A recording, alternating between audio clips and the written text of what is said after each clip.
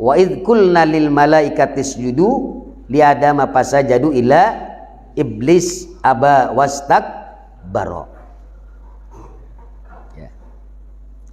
Al-munasabah hadil ayat bima qablah. Kaitan ayat ini dengan ayat sebelumnya. Ya. Isyarah ayat sebelumnya itu bahwasanya Allah Subhanahu wa taala telah menentukan Nabi Adam alaihissalam untuk menjadi khilafah fil ardi, menjadi khalifah di muka bumi. Sebagaimana Allah Subhanahu wa taala telah menentukan dengan ilmunya, ya, yang hebat, ilmunya Nabi Adam alaihissalam. Gitu. Di mana dalam ayat yang sebelumnya Allah Subhanahu wa taala menjelaskan kepada kita bahwa Adam alaihissalam diberikan ilmu yang luar biasa oleh Allah Subhanahu wa taala dalam ayat wa 'allama Adamal asma kullaha. Sehingga malaikat pun wukuf. Apa itu wukuf? Ya, malaikat ini mengelilingi begitu kan. Diam malaikat ini. Karena mereka tawakuf, diam, 1000 bahasa, mengakui terhadap kelemahannya malaikat. Mana pengakuan malaikat? Itu tersirat dalam firman Allah ayat yang sudah lalu, subhanaka la ilman lana illa ma'alamtana innaka antal alimul hakim. Maka di dalam ayat ini yang mulia, Allah Subhanahu wa taala menjelaskan kemuliaan Nabi Adam yang lainnya. Selain daripada Allah menjadikan khalifatan fil ardi, diberikan ilmu yang luar biasa oleh Allah, keluasan ilmu sehingga mengetahui tentang musammayat. Ya, maka di sini ayat ini Allah memerintahkan kepada malaikat supaya sujud kepada Adam alaihissalam. Jadi bukan Nabi Adam yang meminta, tetapi ini adalah perintah Allah Subhanahu wa ta'ala. Kenapa ini malaikat diperintah sujud oleh Allah Subhanahu wa ta'ala kepada Nabi Adam alaihissalam? Ini untuk menampakkan kemuliaan, keagungannya Nabi Adam. Ya, Nabi Adam alaihissalam, yang mana Nabi Adam itu insani, manusia, bukan golongan malaikat. Fi aslil basyariyah, di dalam asalnya manusia Adam alaihissalam, karena Nabi Adam itu adalah Abul Bashar. Jadi untuk menampakkan tentang kemuliaan Adam dan kemuliaannya manusia, bahwa manusia itu lebih mulia ketimbang malaikat, manusia lebih mulia ketimbang jin, manusia lebih mulia ketimbang makhluk-makhluk Allah yang lainnya. Itulah kemuliaan yang diberikan oleh Allah Subhanahu wa taala. Yang awal mulanya Allah Subhanahu wa taala memberikan kemuliaan kepada Adam, maka Bani Adam pun menjadi mulia. Nah, maka jelas dalam ayat ini kita lihat, wa idhkurna lil malaikati isjudu li Adama, dan ceritakanlah oleh Muhammad, ay wadhkur ya Muhammad ya asrafal khalqi, begitu takdirnya. Ceritakan olehmu Muhammad, ya, tentang apa? Ketika aku berkata kepada malaikat. Ini perintah dari Allah. Wahai malaikat, usjudu li Adam, sujudlah kalian kepada Adam. Dengan sujud apa? Dengan sujud ta'zim. Kemarin sudah diterangkan bahwa sujudnya di sini hanya sebatas tadallul wal khudu'. Jadi hanya sebatas menghormati, sebatas mengagungkan kepada Nabi Adam alaihissalam, bukan sujud ibadah. Nah, ini diulang lagi. Jadi sujudnya malaikat itu bukan sujudnya ibadah. Awas jangan gagal paham. Karena ada sebagian muslimin yang menganggap bahwa orang-orang yang jarah, yang menghormat kepada para aulia Allah itu dianggap sujud sama kubur. Sehingga mereka menuduh orang-orang yang jarah terhadap wali-walinya Allah itu kuburiyun, penyembah-penyembah kuburan. Jadi ini ada perbedaan. Menghormat, membungkukkan tidak sama sekali dengan meletakkan apa, jidat di atas tanah. Karena kalau meletakkan jidat di atas tanah itu namanya sujud ibadah, sujud secara syariat. Ini mah tidak. Malaikat itu menghormat kepada Adam, walaupun di sini dikatakan usjudu, sujudnya tidak meletakkan jidatnya di atas tanah, hanya sebatas membungkukkan saja, menghormat kepada Nabi Adam alaihissalam. Kan dikit-dikit begitu di kita itu. Ada orang yang ziarah kubur, yang menghormat kepada wali, dianggap sedang menyembah para wali. Sampai pernah kan geger juga, ada orang yang mengharamkan terhadap menghormat bendera merah putih. Dianggap bahwa orang yang menghormat bendera merah putih itu sedang ibadah kepada merah putih. Penaikan bendera pengibaran, hormat gerak kepada sang saka merah putih, hormat gerak dihormat. Ada kan dulu yang mengharamkan seperti itu. Padahal itu hanyalah sebatas penghormatan, bukan ibadah. Sama sekali itu adalah bukan ibadah. Jadi hati-hati. Karena kalau menghormat, ya, sujud seperti itu menghormat, dianggap ini akan musyrik, maka malaikat akan musyrik semua. Kenapa ini malaikat tidak musyrik? Karena malaikat itu sujudnya kepada Adam, sujud apa? Penghormatan. Dan ini adalah diperintahkan oleh Allah Subhanahu wa ta'ala. Nah, itu.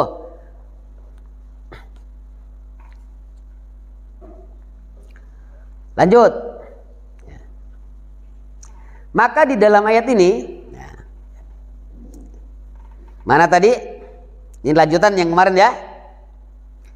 Jadi setelahnya para malaikat sujud kepada Adam, fasajadu ila sujud semua mereka kecuali iblis. Aba, kalau iblis itu tidak mau. Nah, aba itu padahal memungkinkan.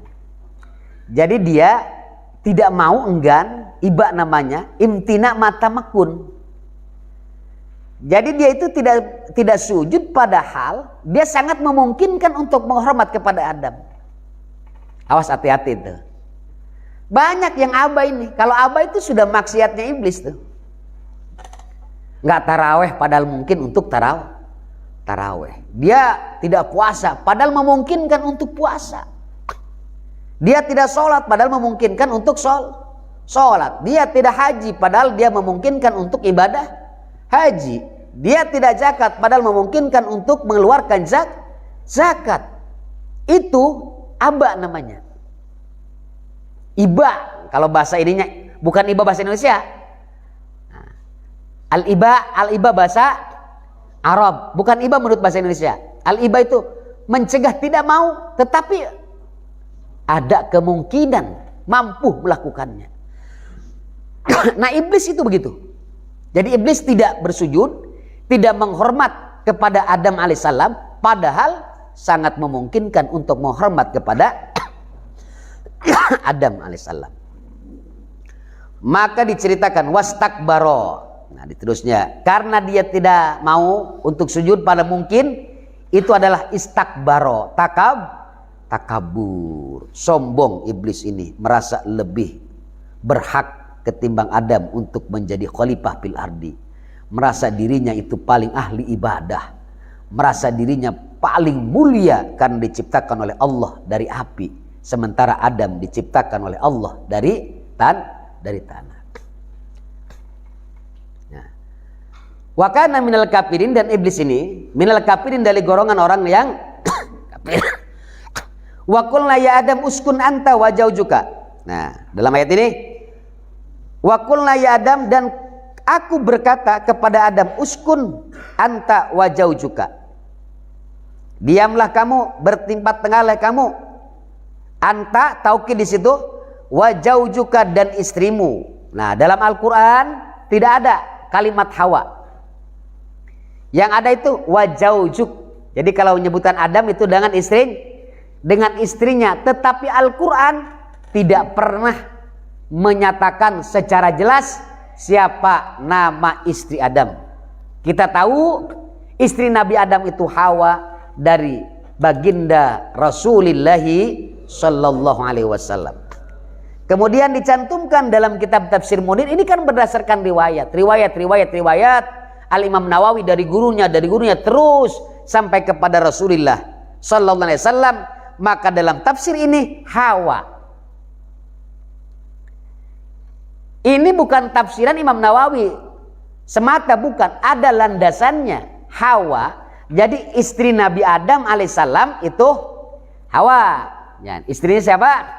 Hawa. Yang belum kamu ketahui itu istrinya iblis. Nah, siapa tuh istrinya iblis tuh? Udah ketemu belum?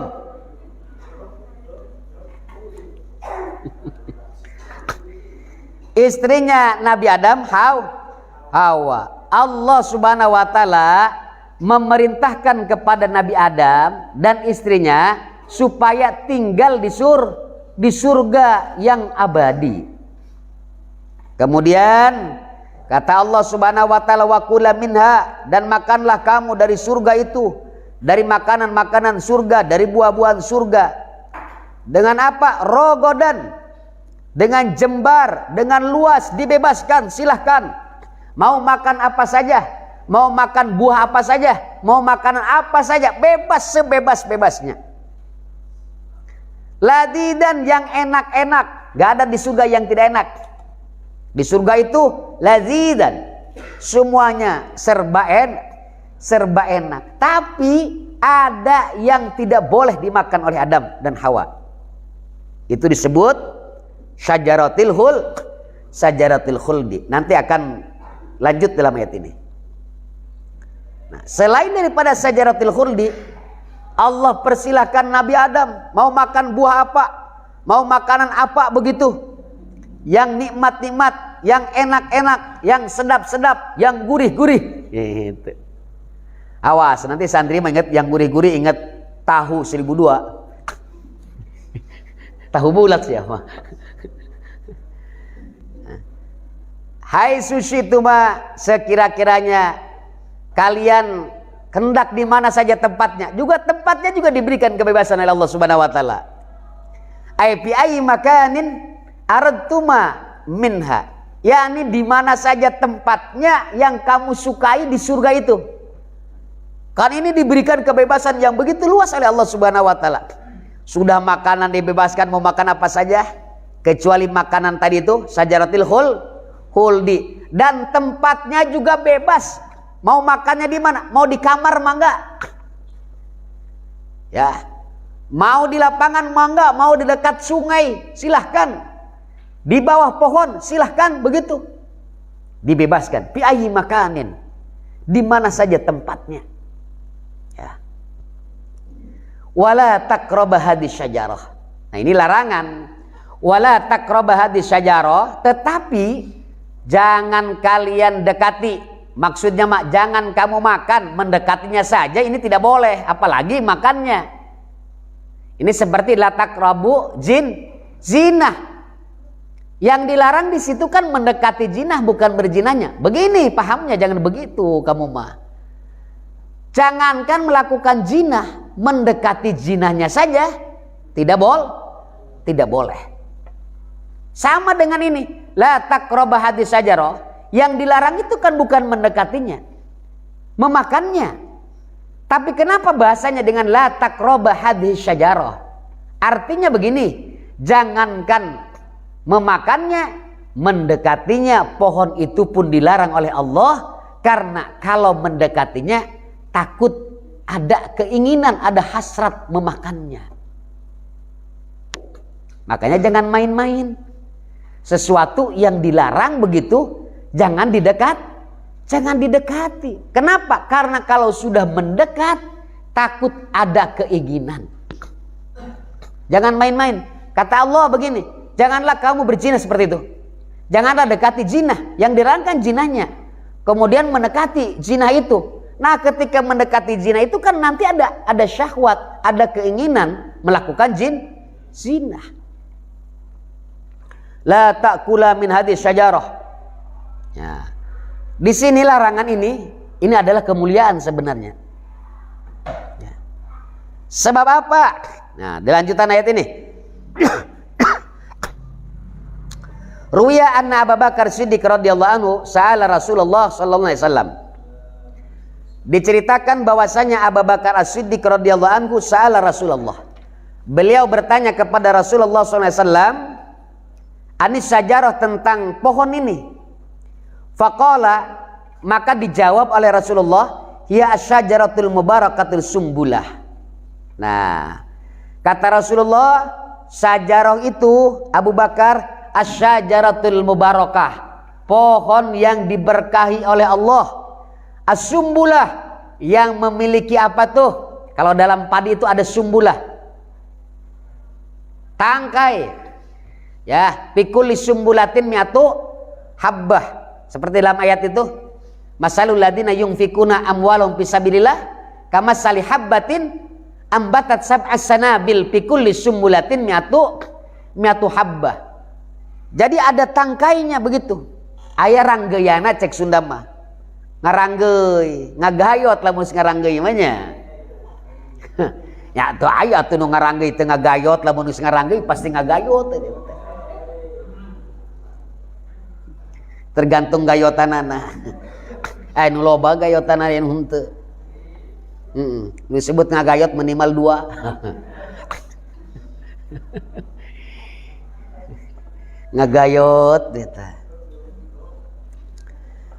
Wan Mujahid, kemudian dari Mujahid diceritakan dari Mujahid wa Qatadah dan Imam Qatadah, hiya at-tinu. Nah, berdasarkan riwayat Imam Mujahid dan Imam Qatadah bahwasanya sajarah itu hiya at-tinu. Sajarah itu apa? At-tin, buah tin. Nah, seperti apa? Saya juga belum tahu tuh. Seperti apa tuh buah tin? Mungkin kalian ada yang tahu buah tin. Nah, itu ada di Palestina itu ada. Ya, di daerah sana itu. Iblis salah duga. Mana kalau iblis kan tidak diajarkan oleh Allah Subhanahu wa taala kalimat untuk bertobat. Berbeda dengan Nabi Adam alaihissalam. Fatalaqa Adam min rabbi kalimat. Jadi memang dohirnya dosa, tetapi hakikatnya tidak berdosa. Faktanya mana ini fatalaqa Adam min rabbi kalimat. Kalau iblis melakukan maksiat itu kan tidak diajarkan oleh Allah kalimat untuk caranya bertaubat. Maka sampai sekarang pun iblis tidak pernah taubat. Karena tidak diajarkan oleh Allah kalimat-kalimat untuk bertaubatnya. Fatalaqa Adam min rabbih kalimat. Maka talaqqa, nah ini dibaca dua kali. Ay hafadhu Adam min rabbih. yakni menghafal Nabi Adam alaihissalam dari Rabb, hafal saja kalimat-kalimat yang diajarkan oleh Allah Subhanahu wa taala. Ay hafadhu Adam min rabbih kalimat likai takuna sababan lahu wa li auladihi ila taubati. Supaya apa? Supaya ada kalimat ini menjadikan sebab kepada Adam dan anaknya, anak turunan Adam, ila taubati, menuju tobat. Wa qara Ibnu Katsir, dan telah membaca Ibnu Katsir binasbi Adam dengan nasab lapat Adam, atalaqa Adama, bukan Adamu. Warafi kalimat, dan ropa lapat kalimat ay ja'atku mi'anillah, datang sendiri begitu. Ay datang kepada Adam dari Allah Subhanahu wa taala kalimat, datang yang mendatangkan Allah, datang langsung ke dalam hatinya siapa? Adam alaihissalam. Kalimat-kalimat, ya, kalimat-kalimat untuk bertaubat kepada Allah Subhanahu wa taala. Nah, ini kalimat itu juga ikhtilaf para mufassir. Di antaranya sebagaimana yang disampaikan oleh Al-Imam Nawawi dalam kitab tafsir ini, ada beberapa pendapat. Di antaranya qala Sa'id bin Jubair an Ibnu Abbas, berkata Sa'id bin Jubair an Ibnu Abbas dari Ibnu Abbas, pertama kalimat itu adalah la ilaha illa anta subhanaka wa bihamdika amiltu su'an wa zalamtu nafsi faghfirli innaka anta khairul ghafirin. La ilaha illa anta subhanaka wa bihamdika amiltu su'an wa zalamtu nafsi farhamni innaka anta khairur rahimin. La ilaha illa anta subhanaka wa bihamdika amiltu su'an wa zalamtu nafsi fatub alayya innaka antat tawwabur rahim. Ini berdasarkan Imam Sa'id bin Jubair dari siapa? Ibni Abbas.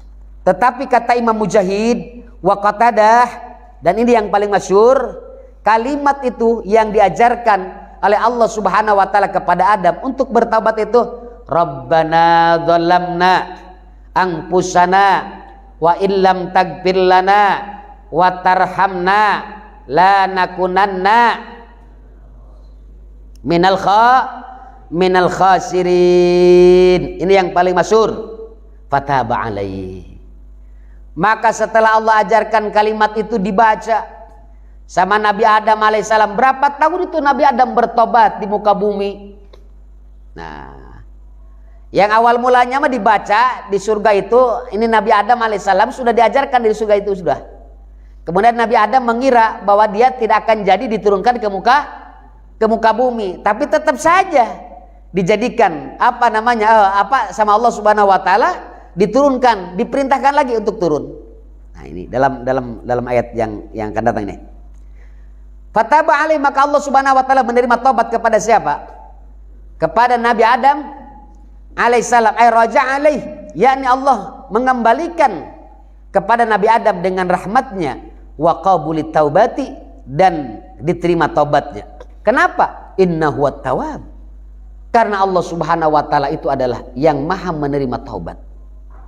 Ay ar-raja'u ala ibadihi bil maghfirah, yakni yang banyak mengembalikan terhadap hamba-hambanya dengan apa? Dengan ampunan Allah, Ar-Rahim, yang apa nih?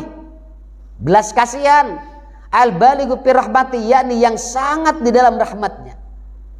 Liman mata ala taubati, bagi siapa saja yang mati dalam keadaan taubatin mutafarriqah, atau di dalam waktu yang berbeda-beda, yang terpisah-pisah. Jadi boleh jadi ketiganya, Nabi Adam, kemudian Hawa dan iblis itu diturunkan dalam satu waktu, atau dalam waktu yang berbeda-beda. Nah, ini wa faidatu takriril amri bil hubut. Faidahnya dibulak-baliknya perintah dengan turun, anna Adam wa Hawa, bahwasanya Nabi Adam dan Hawa lamma ataya bizillati umira bil hubut. Ketika Nabi Adam dan Hawa melakukan kesalahan, ya, secara zahirnya melakukan kesalahan, namun secara hakikatnya bukan kesalahan, umira, maka diperintahkan keduanya bil hubut, untuk apa? Turun dari surga. Fataba ba'dal amri, maka Nabi Adam dan Hawa ini tobat sebelum perintah turun itu. Kemudian ada tersirat di dalam hati keduanya, wa waqa fi qalbihima, dan ada di dalam hati keduanya, ay Adam dan Hawa, annal amra bihi lama kana bi sababi zillati fa ba'da taubati la yabqal amru bihi. Begitu. Jadi bahwasanya perintah dengan apa? Dengan turun, lama kana bi sababi zillah. Waktunya ada bahwa turun itu kan diperintahkan turun dengan sebab apa? Dengan sebab kesalahan yang dilakukan oleh Nabi Adam dan Hawa. Ba'da taubat, kan Nabi Adamnya taubat terus diterima. Nah, ini ada tersirat di dalam hati Nabi Adam dan Hawa bahwa setelah taubat itu la yabqal amru bih. Tidak akan terjadi turun itu. Ay la yabqal amru, tidak tetap perintah itu dengan turun. Fa'adallahul amru, maka Allah mengulangi. Nah, ini hikmahnya. Maka Allah mengulangi lagi perintah itu dengan hubut marratan saniyatan. Jadi kenapa ada dua? Kulnah bitu minha, begitu. Ini sudah terjawab kan? Ya, sudah terjawab dalam tafsir ini. Maka Allah Subhanahu wa taala mengulangi lagi perintah itu dengan turun itu marratan saniyatan. Supaya apa? Liya'lama annal amra bihi bakin ba'da taubati. Supaya Nabi Adamnya dan Hawanya itu tahu, mengerti bahwasanya perintah itu dari Allah, perintah turun, bakin tetap. Ba'da taubati, setelah taubatnya Nabi Adam dan Hawa. Apa sebabnya? Li'annal amra bi, kana tahqiqan lil wa'dil mutaqaddim. Karena perintah dengan turun Adam dan Hawa itu kana tahqiqan ini menjadi apa? Tahqiq, menyatakan lil wa'dil mutaqaddim, kepada janji Allah Subhanahu wa taala yang lalu. Dalam ayat yang lalu yang telah kita baca, mana inni ja'ilun fil ardi khalifah. Fi qouli ta'ala inni ja'ilun fil ardi khalifah. Wa ala hada, dan berdasarkan ini fal jam'u lil isnain. Maka kalau berdasarkan tafsiran ini, jama' ini untuk orang berdua. Untuk orang berdua saja. Siapa itu? Adam dan Hawa. Tetapi juga bisa ditanggung, bisa dihtimal.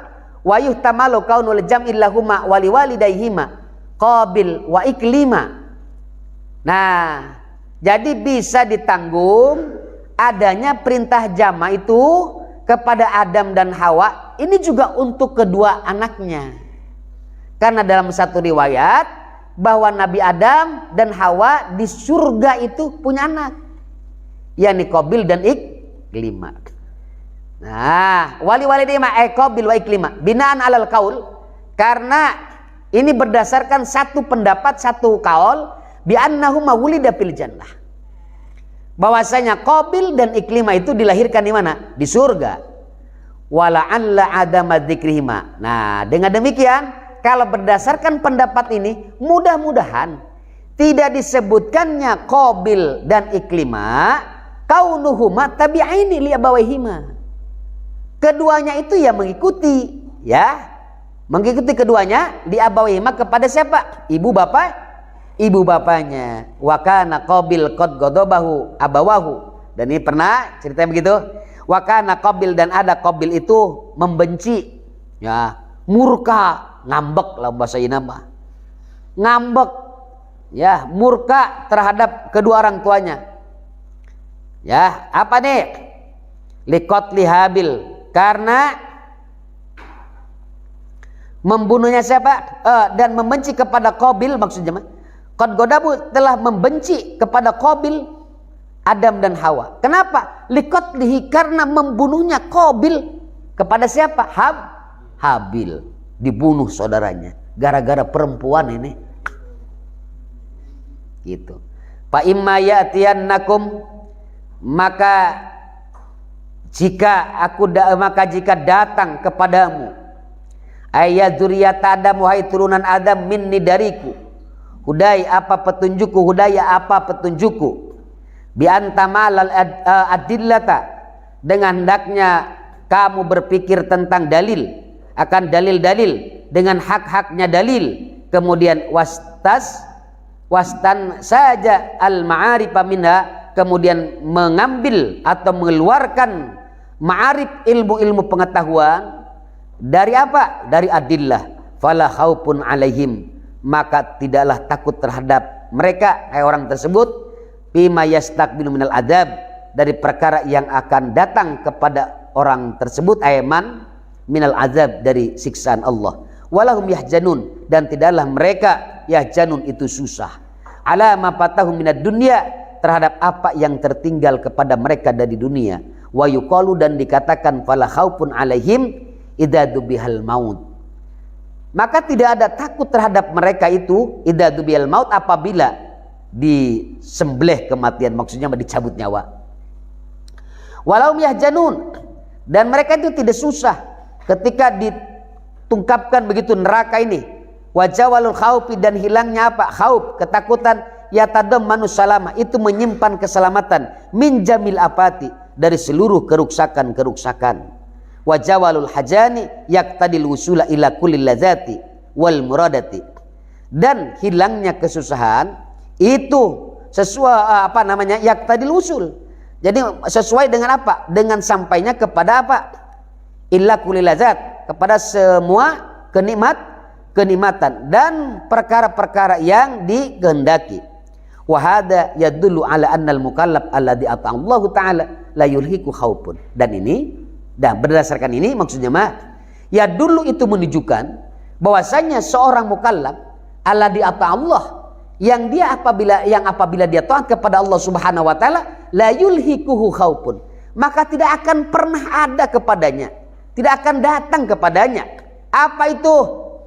Khaufun, takut. Takut apa? Fil qabri, dia tidak takut di dalam kubur. Dia tidak takut indal ba'si, ketika dibangunkan dari kuburnya, dibangkitkan kembali. Wa inda khuduril mawaqib, dan ketika dihadirkan di mawaqib, di alam mahsyar. Wa inda tatayuril kutubi, dan ketika kitab-kitab diterbangkan begitu. Wa inda nasbil mizani, dan ketika ditegakkan al mizan, timbangan amal. Wa inda sirati, dan tidak ada ketakutan ketika mau melewati siratil mustaqim. Kesimpulannya, al fawaid, ya, faidah-faidah yang dapat kita ambil dari ayat-ayat yang telah kita baca, ini adalah natijahnya.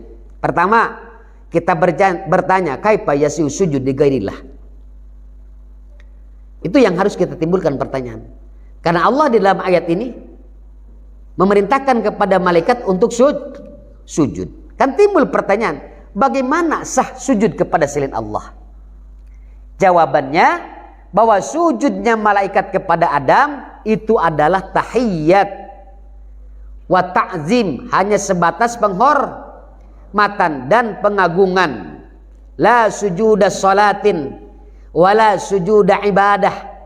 Jadi sujudnya malaikat itu kepada Adam bukan sujud salat, bukan sujud ibadah. As-sujud lillahi ta'ala ala sabil ibadah. Karena kalau sujud kepada Allah Subhanahu wa taala itu mah ala sabilil ibadah. Kalau sujud kepada lian Allah, selain Allah Subhanahu wa taala, ya, dengan tidak meletakkan apa tadi? Sidat, maka itu mah sujud takarrumah. Sujud memuliakan, sebagaimana sujudnya malaikat li Adam kepada Nabi Adam, dan sebagaimana sujudnya Yakub dan anak-anak Yakub kepada Nabi Yusuf alaihissalam. Gitu. Faidah yang kedua, yang dapat diambil dari ayat dan tafsir ini, mana telah berkata sebagian arifin bahwa dahulunya inayah, maksudnya mah inayahnya terdahulu begitu, pertolongan Allahnya. Maka ketika kalau sudah dulu inayah Allahnya, pertolongan Allahnya, tidaklah berbekas datangnya janabat dan hadas.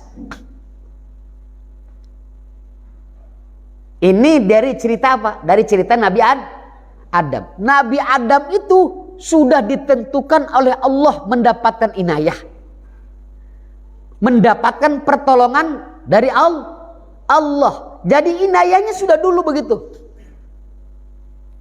Kemudian Nabi Adamnya melakukan suatu janabat. Mana janabatnya? Memakan buah khuldi. Ini kan datangnya janabat. Junub, yang menjauhkan maksudnya mah, yang menjauhkan kepada Allah Subhanahu wa taala. Nah, kalau sudah inayahnya duluan, kemudian datang janabat, maka itu tidak berbekas. Faktanya mana? Fatalaqqa Adama. Ini intisarinya. Fatalaqqa Adama mir rabbihi kalimat. Ini bukti. Kalau inayahnya tidak ada dari dulu, Adam alaihissalam sama dengan iblis, tidak akan pernah bertaubat, dan Allah tidak akan mengampuni kepada Adam alaihissalam. Karena inayah Allahnya sudah duluan begitu.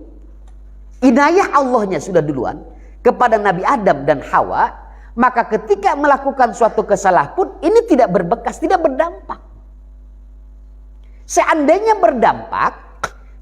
berdampak, maka Allah tidak akan pernah mengajarkan kalimat untuk apa? Untuk bertobat.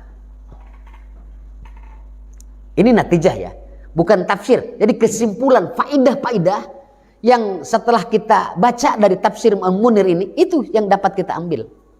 Dua itu. Nah di sini, jadi rutbatil wilayah juga sama. Jadi Nabi Adam alaihissalam, kita lihat mukhalafahnya Nabi Adam, menentang dohirnya. Allah menyuruh kepada Adam alaihissalam supaya tidak mendekat itu pohon. La taqraba hadhihi syajarah. Kemudian Nabi Adam mendekat sampai memakan, maka wajiblah kepada Adam alaihissalam al-ikhraj min daril karamah. Keluarkan Adam alaihissalam dari apa? Dari desa kemuliaan, yakni surga. Tetapi ini tidak mengeluarkan kepada Adam alaihissalam an khatiratil qudusiyah. Ini yang terdalam itu faedahnya. Adam alaihissalam cuma keluar dari surga, tapi tidak keluar dari kudusiyahnya, dari kesuciannya. Paham nggih? Tidak mengeluarkan kepada Adam alaihissalam dari bagian dari kesuciannya, tidak. Adam alaihissalam, Nabi Adam keluar dari surga, bukan berarti Nabi Adam telah kotor, telah hina, tidak sama sekali.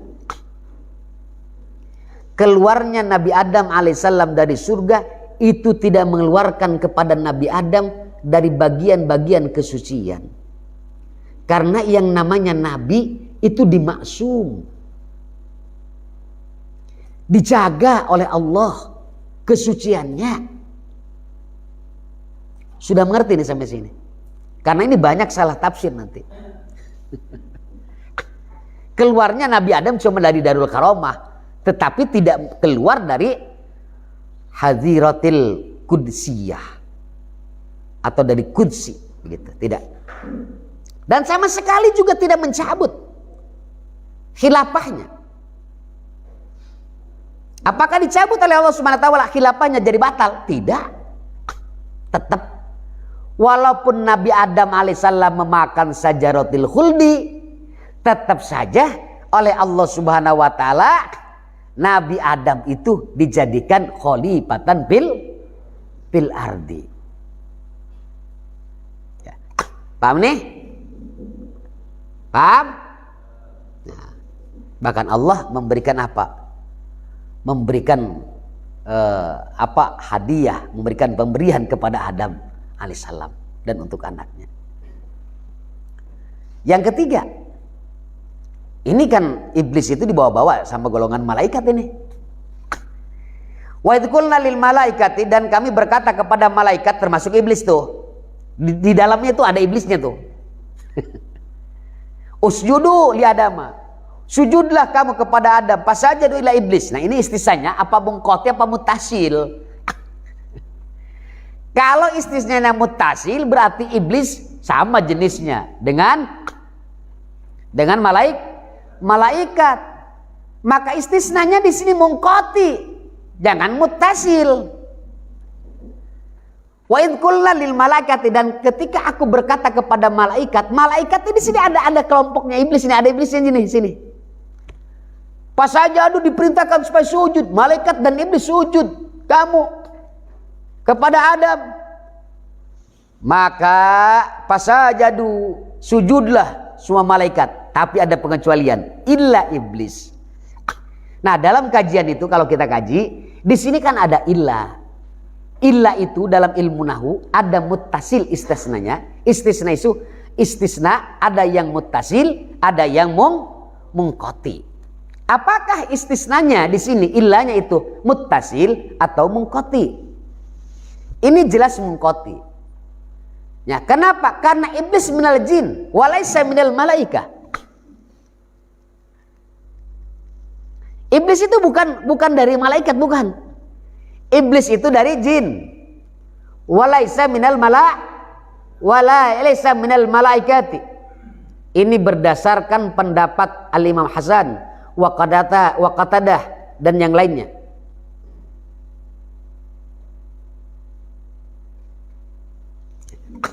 Kemudian al-malaikat itu juga munajjahuna anil maksiat. Kan malaikat makan dibersihkan kan? Suci malaikat mah dari apa? dari kemaksiatan. Malaikat tuh nggak bakalan pernah maksiat tuh. La ya'sunallaha ma amarahum. Sementara iblis maksiat kepada perintahnya. Ya kalau iblis bagian daripada malaikat, dan malaikat itu nggak pernah maksiat. Malaikat itu tidak pernah maksiat. La ya'sunallaha ma amarahum. Mana itu? Dalam surat Tahrim, la ya'sunallaha ma amarahum wa yaf'aluna ma yu'marun. Itu malaikat.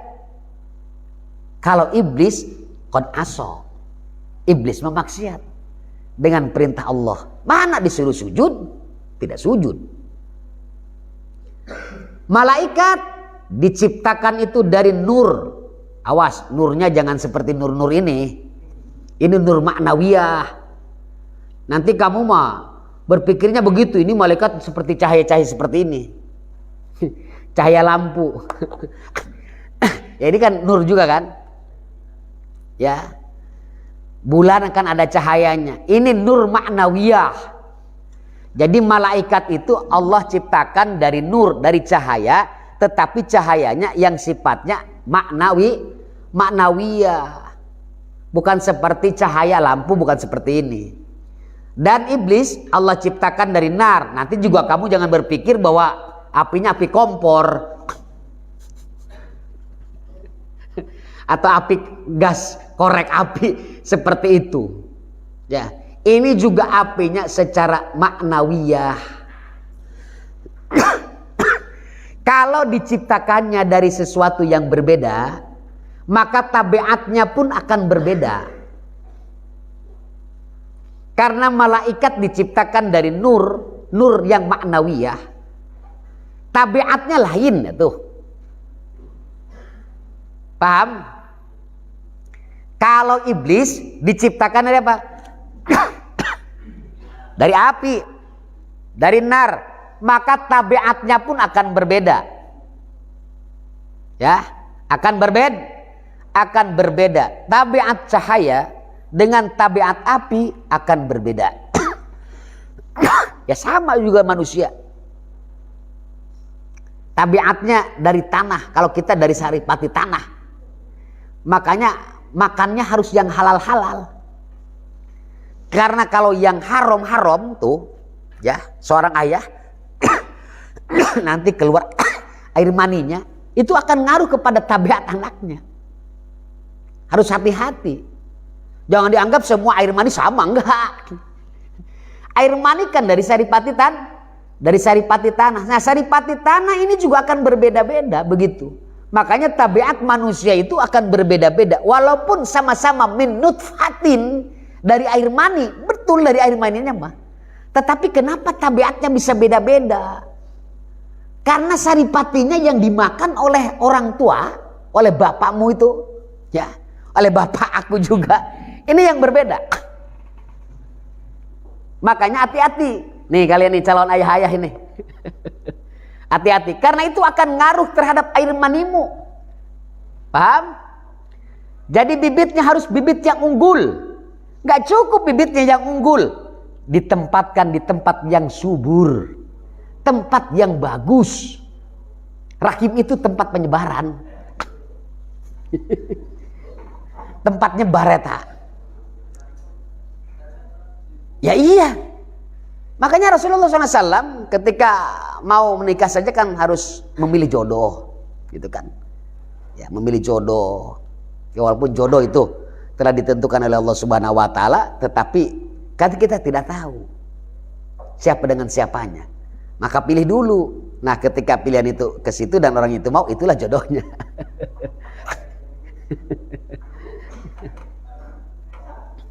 Lupa ya.